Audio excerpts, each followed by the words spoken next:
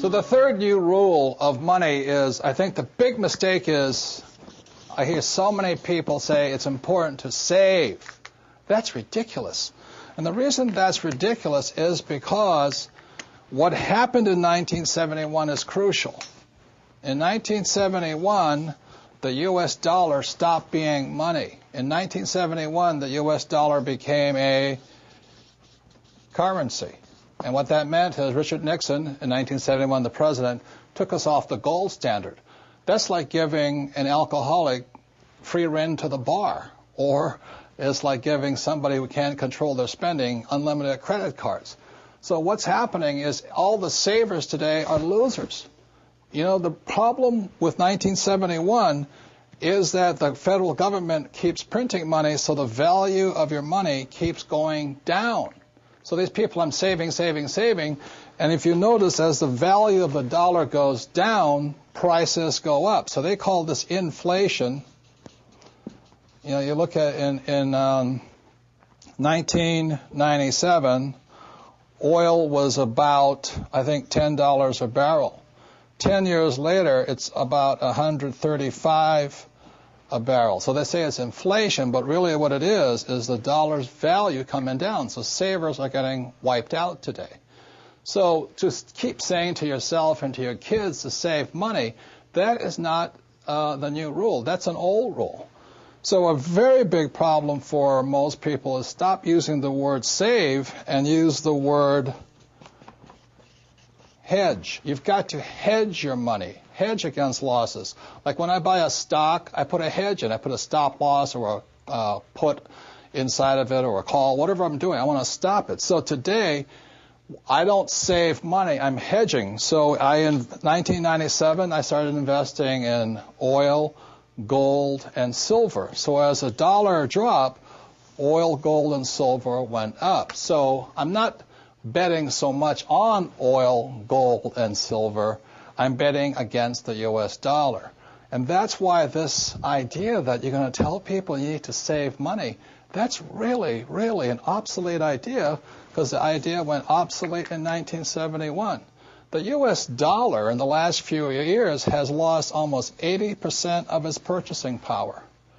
And the prediction is, because this has happened throughout history, it happened thousands of years ago with the Romans, with the Greeks, with the Germans, with the English, the Japanese, and the Chinese. Every time they've made money into a currency, something you could print at unlimited, every time that has happened, the currency has gone to its true value, which is zero. So I am afraid as this economic volatility continues, the savers who were operating by the old rules of money are just going to get wiped out because the purchasing power of their dollar is going to go down. So even if the bank's paying you 5 to 10% interest, you can't keep up with the banks printing money. So that's the old rule of money, is saving money, and the new rule is hedge. You've got to be able to see what's coming up as something else is coming down. The last thing I want to point out to you on this idea of saving money is this. One of the biggest misunderstandings in the world today is what they talk about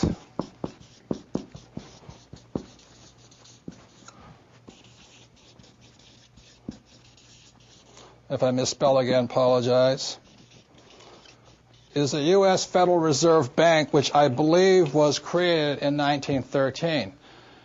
In 1971, the reason 1971 is such an important time was because the U.S. Federal Reserve became the bank to the world. They could print as much money as they wanted. Never in the history of the world has anybody been allowed to print money for the rest of the world.